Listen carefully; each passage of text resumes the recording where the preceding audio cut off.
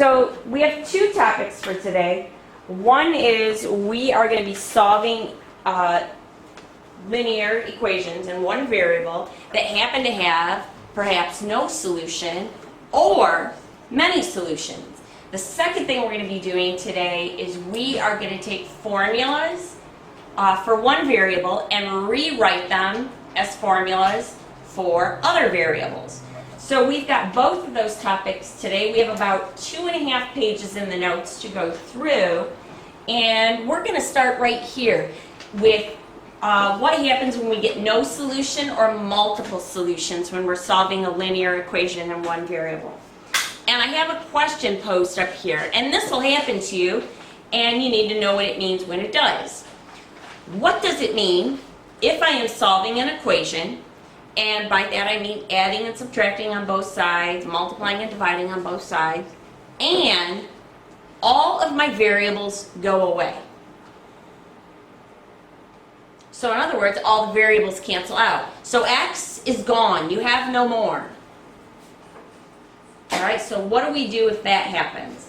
So the answer to that means that the equation either has no solution or all real numbers, in other words, any number will work in the equation.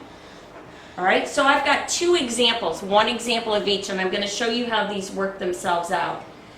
First of all, in example A, first thing I'm going to do, distribute that negative right here. All right, I am then going to combine my like terms. 2x minus x gives me x. That's the only thing I did there. I want to move this x over here, so I'm going to subtract x on both sides because I want all my x on one side. Here's what happens. This x cancels, this x cancels, and all I'm left with is negative 1 equals 3. There are no x's left. If that happens, and notice, does negative 1 equal 3? No. This means the equation has no solution. It means no matter what number I put into this equation, I am not going to get a solution. Both sides of the equation will always be different. I can't make them the same. So this is no solution. Let's go to this one. First thing I'm going to do, distribute the 2, so I have 2x plus 2. If you look here on the left, I need to combine the 2x and the negative x, and that gives me x. Now, if you look right here, what do you notice? There's a 2. They're the same on both sides. Oh. If you notice that you have the identical thing on both sides, you can already predict what's going to happen. And what that means is I can put any number in this equation, and the left side will equal the right side. Any number in this equation will work. So let's say I didn't notice. I'm going to go ahead and subtract x on both sides to move this x over here. The x's cancel, and I have positive 2 equals positive 2. That is a true statement. My solution to this equation is all real numbers. All right? And what that means is any number is going to work in here. There is a symbol you can use if you don't want to write all real numbers. All right? Because I usually don't. There's a symbol you can use if you don't want to write no solution. All right? Here's the symbols. No solution is a 0 with a line through it. All real numbers, trying to do real nice. I'm trying to make mine scripty. A little scripty, capital R. That means all real numbers. Wait, what's the I in front of it? That's 2 bars on my R. It's Oh. scripty. It's like calligraphy. Do we need to connect the bars? No? Oh. Okay. You can draw your R whatever. I mean, people are going to draw scripty R different. This is the way I draw scripty R. Oh. So you should probably get used to it just so you recognize when I do it. This is my scripty R. Are And we it- allowed to still like write it out? You can write it out if you want, yes. Okay, good. Okay, let's go to the next page. And on the next page, we have some vocabulary to talk about. Oh yeah. So first of all, no solution. This means there is no value for the variable that will make the equation true. Nothing is going to work. Now, there's different ways that we can say this. We can say that the solution set is the empty set. And that means a set with no members. If an equation has no solution, then we say the solution set is the empty set. Null set is actually another name for the empty set. It's just a math terminology. That's all it is, math terminology, null set. And here's that 0 with a line through it. This means the empty set, the null set, no solution. All the same. Next, we have the set of real numbers. This means all numbers. There are numbers that aren't real. There are imaginary numbers. We will get to those, and you will learn all about them. They are different than real numbers. But all real numbers will work here. Now, this is the computer program's script-er. I don't like it, but that's what they have. All right, this is the script-er is the symbol for the set of real numbers. It looks like an A with the letter A. It does sort of look like an A. So just try and do your best to make a nice script-er. Okay, we have 3 practice problems here. These are easy. These are like the ones we did 2 days ago. So our first step here is going to be what? Distribute. Distribute.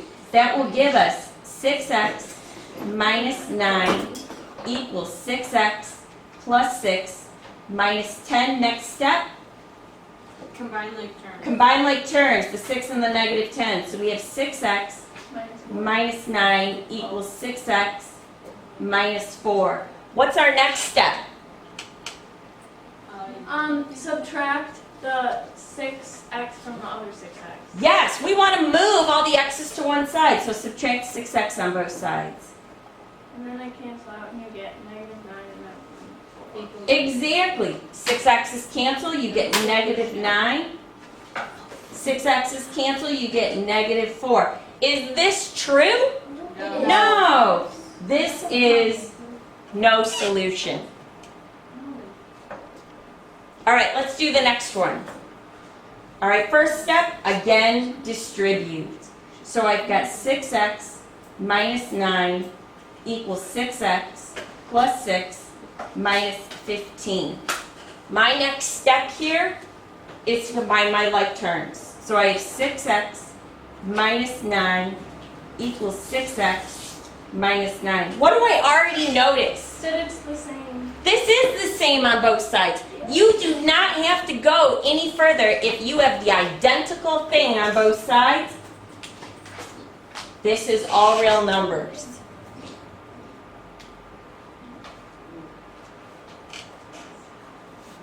Put a little arrow here.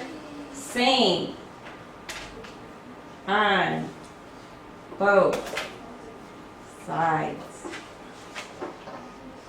Last one, same thing. Start with distribution. So I've got 3x, distribute the negative, minus x plus 9 equals 2x plus 10, combine like terms. 3x minus x is 2x. So 2x plus 9 equals 2x plus 10. Our next step, move those x's. So subtract the 2x. The 2x's cancel and we get 9 equals, 2x's cancel, 10. What's our solution? No solution. No solution. All right? We did this in Algebra 1. I know you'll remember. Next page. Here's where we're going to talk about the formulas. And I've got some examples of formulas right here at the top. A formula is an equation that states a relationship between 2 or more variables. So notice, there are multiple variables in each one. Once you get conceptually what you have to do, this is easy. All right? Here's the issue. What if our formula is not arranged in a convenient way? How can we rearrange a formula to be more useful? In my first example, It says solve each equation for the given variable. I have a formula. What's this a formula for? The Area of a triangle. Area of a triangle. All right, and then we have a comma and an H. What that means is I want this switched around to be a formula for H. All right? For H. For H. F-O-R, for H. So here's what. I want the H by itself. Equal 8. That's what I want. So this means I have a formula for the area of a triangle. However, if I know the area but not the height, can I rearrange this to get a formula for the height of the triangle? What I want is H by itself. So I need to get rid of the rest of the stuff. Now, remember yesterday? How do we get rid of fractions? You multiply it on both sides. Multiply by, Common denominator. which in this case is 2. So on both sides, you're going to multiply by 2. All right, so when I multiply by 2, I've got 2a on the left. What's 1/2 times 2? 1. Remember, those are reciprocals. So this and this cancels, and I have b, h. How are b and h connected? What operation? They're multiplied. The way we undo that? Divide. So divide both sides by the b. Over here, that b cancels. And our new formula is h equals 2a over b. All right, we've got a few more because I know this is a tougher skill. In b, this is the distance formula. I want a formula for r, which stands for rate. What am I going to do? You're going to divide T. Divide by t on both sides. The t's cancel on the right, and I have r equals distance over time. Didn't we learn this in Algebra 1? We did. That was a long time ago. Yes, it was. Later on, do you actually have to like plug numbers into this formula? Yes, we will. C. Do you know what this is a formula for? V equals pi r squared h. Volume of a... Rectangle? No, not a rectangle.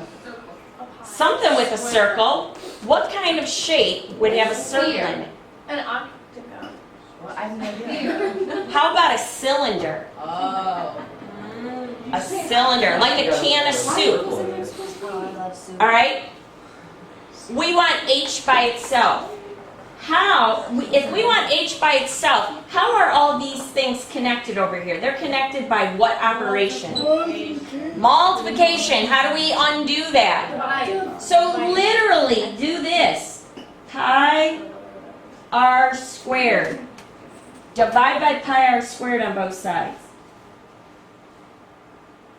It will cancel on the right hand side and you will have h equals v over pi r squared.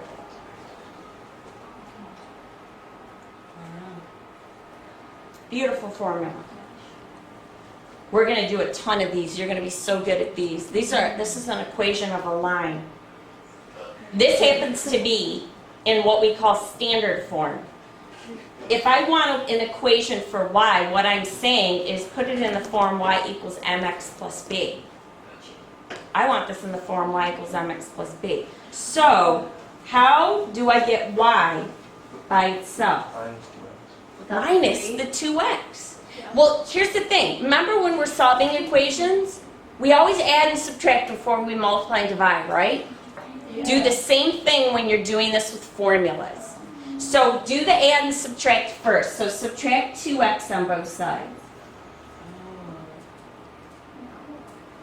And I've got negative 3y Equals 9 minus 2x. or negative 2x plus 9. Either way, it doesn't matter. What's our last step? Divide by 3, negative 3. Divide by negative 3. All right, in the format y equals mx plus b, this would be y equals negative 2x over negative 3 plus 9 over negative 3. And we can actually simplify that.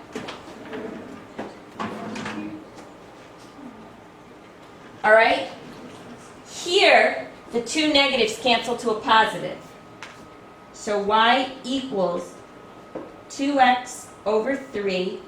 Here, 9 divided by negative 3 is negative 3, so minus 3. And we just took an equation that was in standard form and switched it to the form y equals mx plus b.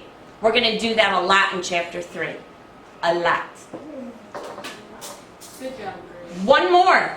Look what we have. We talked about this. We have the formula y equals mx plus b.